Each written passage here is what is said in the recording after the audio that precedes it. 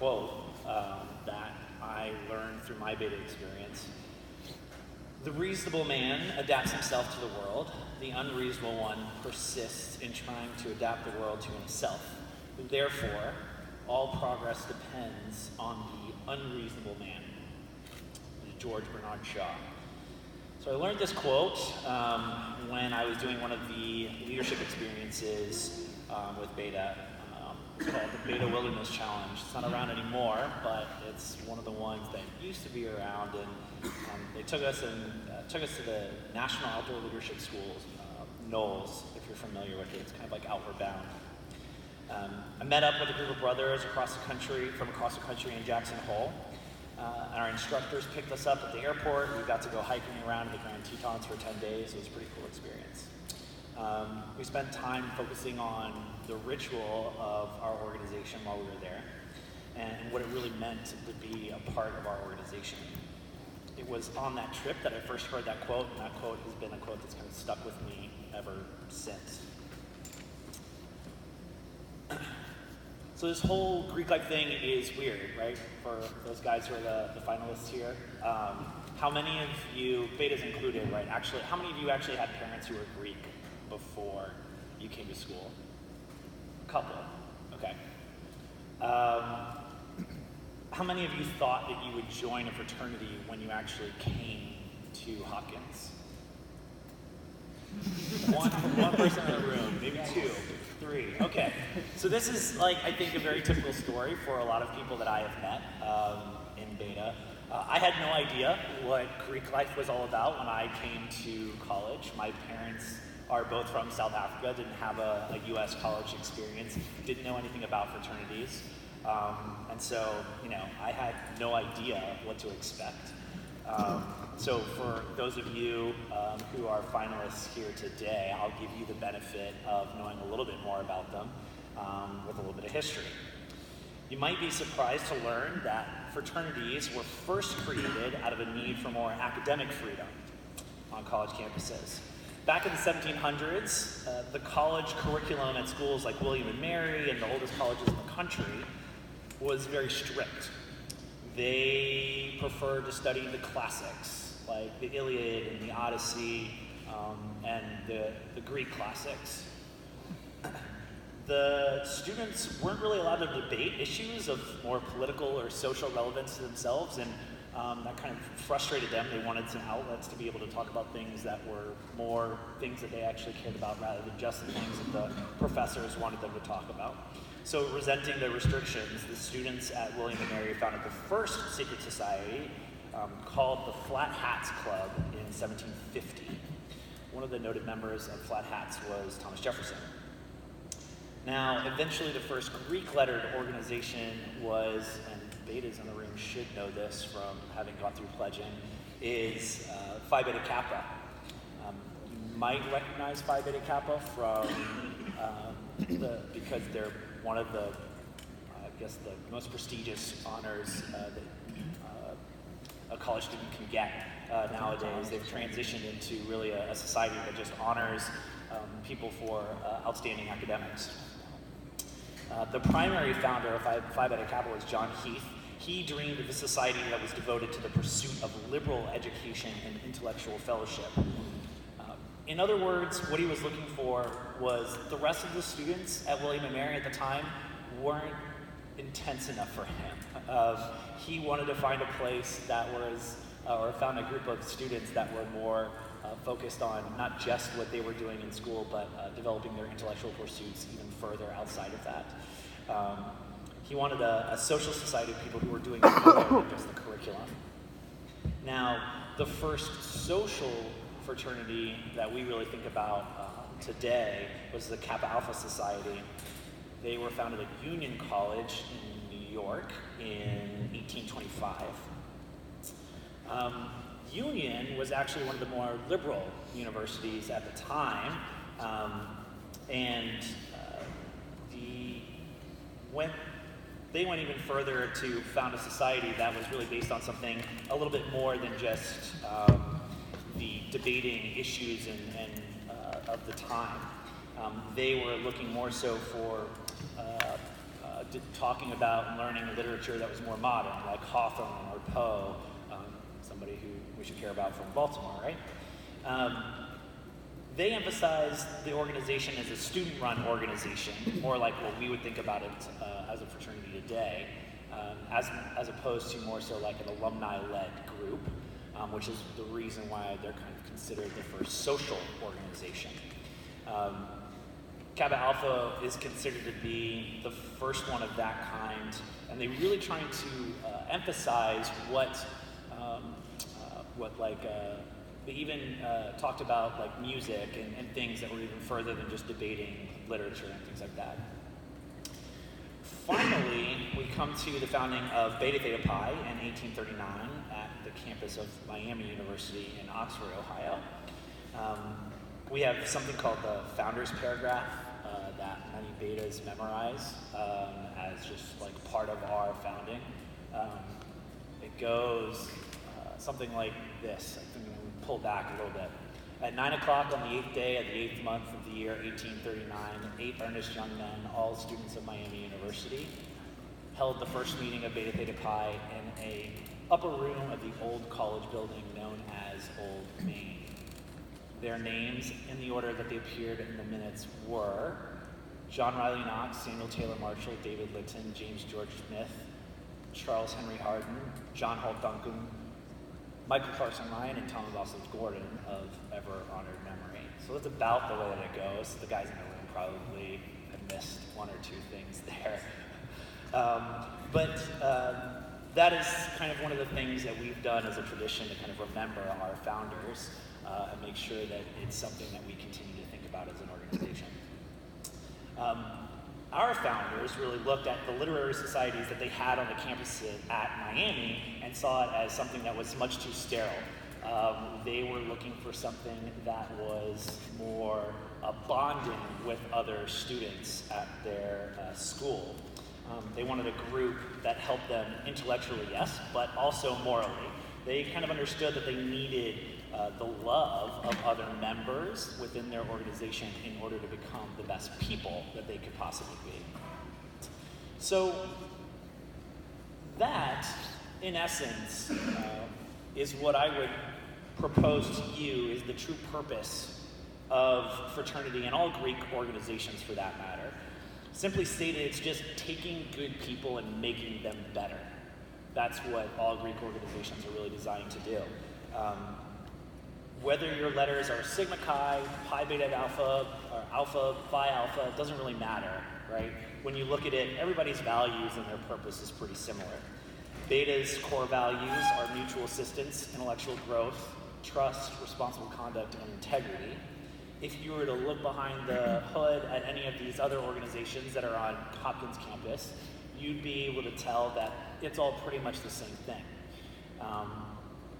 We're all founded to develop our members through the experience of being in a fraternity. I'm going to guess that most of the finalists here didn't know any of that before you came to college. Not a whole lot of people do. I certainly didn't. I thought that fraternities were a bunch of idiot douchebags who were just drinking and flunking out of school when I went to college. When I showed up at Virginia Tech for my first semester, I was determined to be a really good student. And I didn't think that a fraternity fit with that idea whatsoever. However, when I met my resident advisor for the first time, my ideas began to change. Graham Farrow was a 4.0 senior who had already passed the LSAT his junior year and was a resident advisor and was engaged at the time as well. I think back on that, I was like, what? He was like engaged and a resident advisor, like as a senior in college. Even now, it was like something as a freshman that I looked at and was like, oh, that's pretty cool. And now I look back at that and go like, whoa, that was really rare. So I had a lot of respect for him, to say the least. And when he told me that he was a fraternity man, I was shocked, to be honest. He didn't seem like the type, from what I understood. The first event he actually took me out to was just playing cornhole on the drill field at Virginia Tech. The drill field's kind of like our central green space. It's probably an equivalent at Hopkins.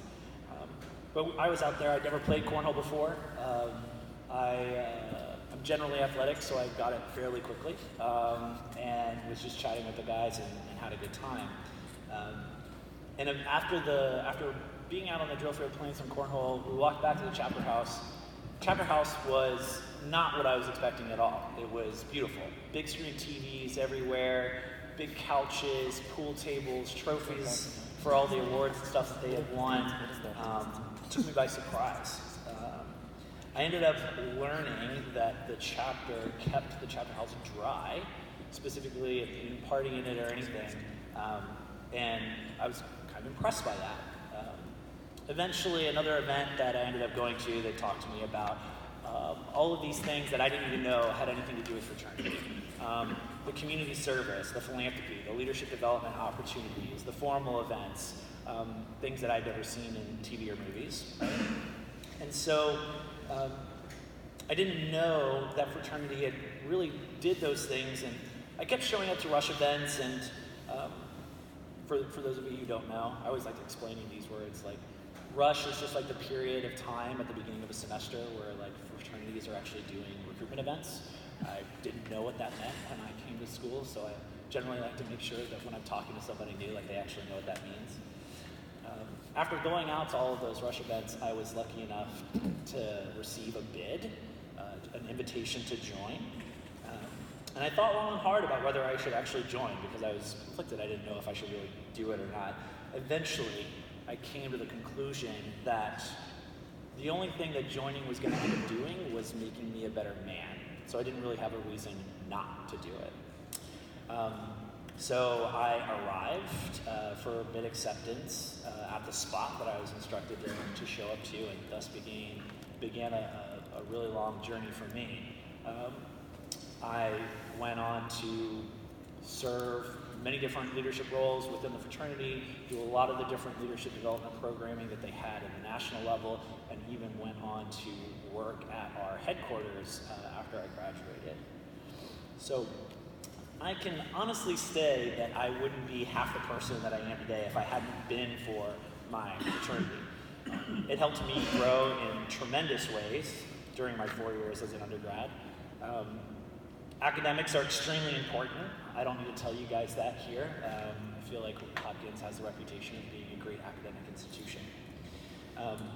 But part of what you gain from being on a college campus is a lot of the experiences. If you get involved in clubs and organizations and things, there are so many learning opportunities and so much growth to be had by joining those organizations that really supplements what you're doing in class. If you're not involved in taking on leadership roles when you can, you're missing a huge part of learning and growth that will help you excel in life. An example of something that happened for me in college, I currently work at a tech startup, as Shabayu said. It's called Contactually. We make a subscription service for realtors. It basically helps them keep track of their contacts and helps them maintain relationships with the people that help them find people that are looking to buy and sell homes. The first job that I took at Contactually was a sales job. I was extremely successful at that sales job because of the fact that I had been the recruitment chair as an undergraduate. I learned how to introduce myself to random strangers as a recruitment chair. I learned how to listen to people first and hear what they were looking for and then tailor whatever my talking points were specifically to what they were looking for. I even learned how to cold call guys and set up meetings as an undergrad, and that was something that I used all the time in my actual job.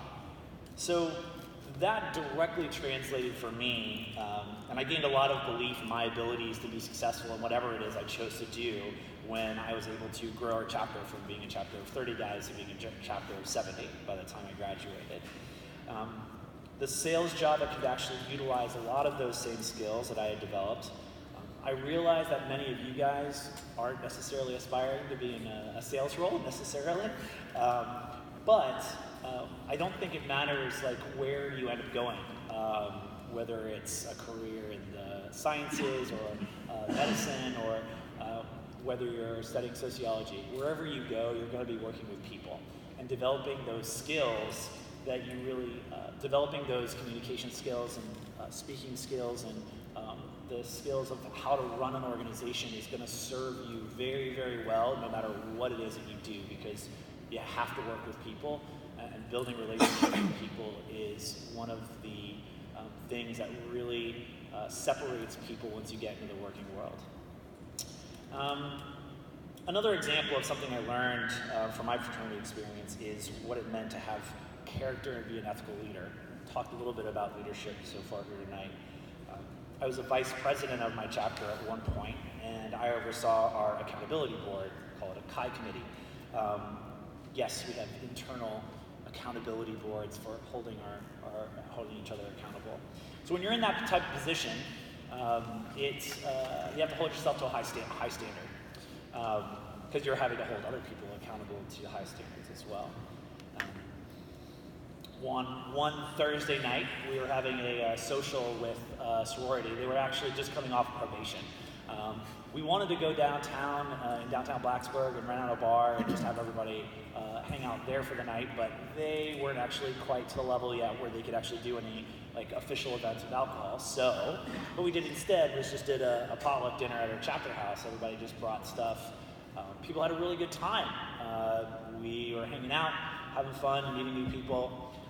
Everybody wanted the night to continue, and so a lot of brothers started organizing people to go to one of the satellite houses that we had. Another group of guys, just 5 minutes down the road, had a house that they were all living in, and everybody started organizing everybody to go over there, and people were going out and buying racks and starting to show up at the satellite house.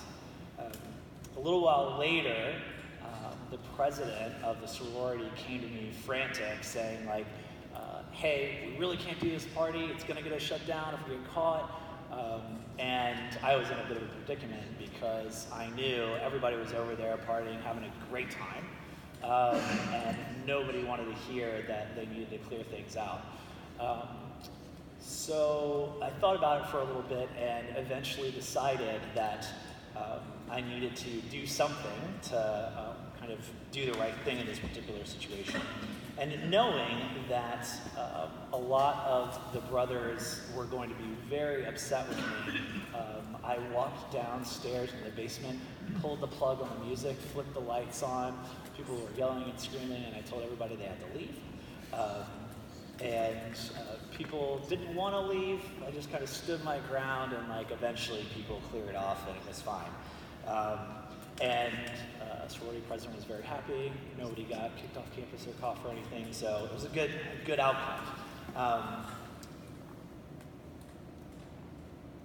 A lot of brothers were really upset, but now they kind of look back on that situation, and we're still good friends now, and they kind of say yeah, it was probably the right thing to do. Standing up to your friends might be one of the hardest things that you'd ever have to do.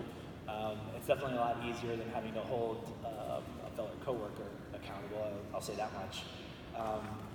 I think that, that's when I really understood that leadership oftentimes takes making unpopular decisions. When you're in that position and you have that responsibility, it's sometimes you have to do the things that you don't necessarily want to do, but are the right things to do.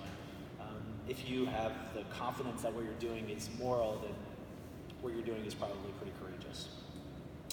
So these moments don't happen in classes, right? They happen when you're part of an organization like a fraternity or some other organization on campus. You have to get uncomfortable, you have to test yourself.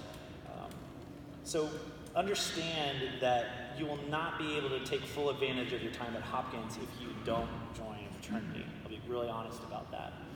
You'd be missing out on a huge opportunity. You'd be leaving a lot on the table. You would not become the best version of yourself for not having done it. That being said, fraternities and Greek life are not always good. In fact, fraternities can oftentimes be very flawed. I'm not a blind advocate here, just giving a rah-rah speech about fraternities and not being aware of the fact that there are oftentimes big problems with it. As transformative an experience as my fraternity experience was, and as transformative as a lot of them can be, they can be just as destructive when you do them the wrong way. You all, if you are joining or thinking about joining, should be hyper aware of this. It often starts with what we think of when we say social fraternity today. The word social has been twisted to mean something different than what it meant to our founders. Social in the minds of our founders was about bringing people together to form relationships rather than just study. They never intended to create glorified drinking clubs, in other words. Yet sometimes that's what fraternities end up becoming, and it leads to other worse such things. There's a harsh reality that we need to face as Greek life and as fraternities. A couple facts that we should think about. Fraternity members are 3 times more likely to commit sexual assault than non-Greeks. Sexual assault on college campuses is a huge problem, and we need to really be thinking about that.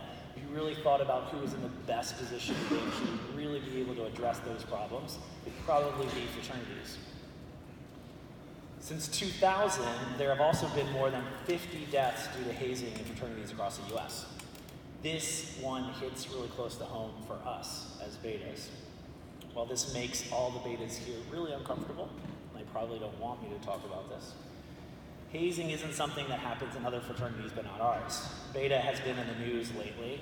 You've probably seen it for the death of Tim Piazza at Penn State this past year. Tim was forced to drink and run through a series of challenges.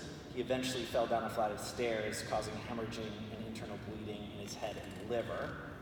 The brothers at the time didn't know what to do, didn't recognize the fact that he needed help, and hesitated to take him to the hospital because of fear of the consequences of what it might mean.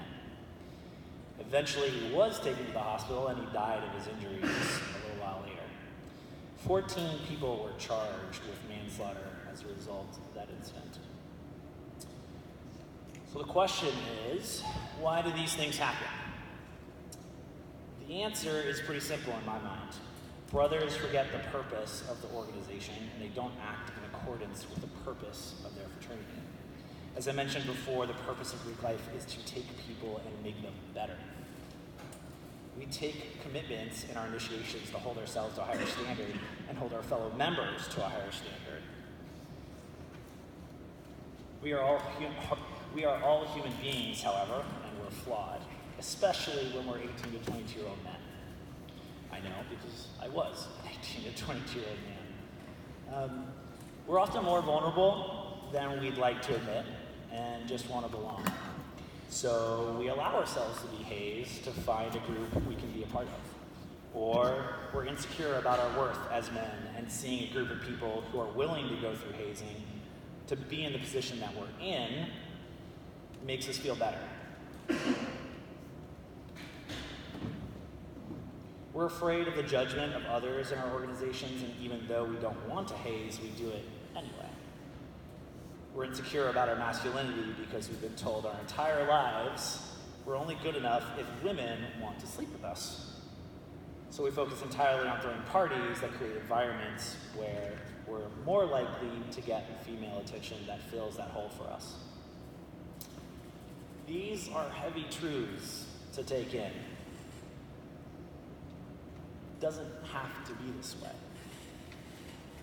If we keep our eye on the true purpose of fraternity and decide how we should run our organizations from that perspective, we could have fun, be safe, and accomplish incredible things together.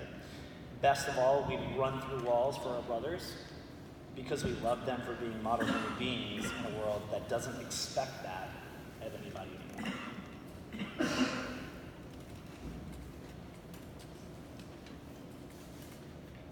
So now, while you might not have realized it, you've got 2 reasons to join. You can't become the best person you can be without joining a fraternity, and the fraternity system can't move for the better without people like you joining them.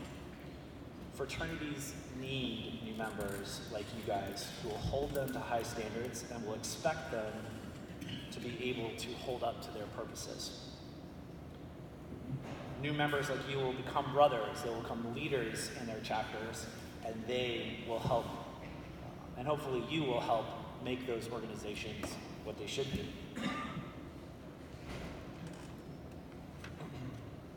When you leave here today, you've got several choices to make. Do I want to join a Greek organization? Which organizations at Hopkins should I join? How do I conduct myself if I do decide to join? These choices will mean a lot for you and your experience at Hopkins. Many people will probably hear this talk and think that it's crazy to believe that fraternities can make the world a better place with everything I've said and what's been going on in the media recently. I can't blame them, but I'm going to continue to be unreasonable. I'm going to continue to persist in trying to adapt the fraternal world to my unreasonable expectations. I hope you will leave here today with some more unreasonable expectations for your college experience, and will have unreasonable expectations for the organizations that you join, and try and continue to persist in making them mirror what you believe and what you know to be the true purpose of fraternities today. Thank you very much.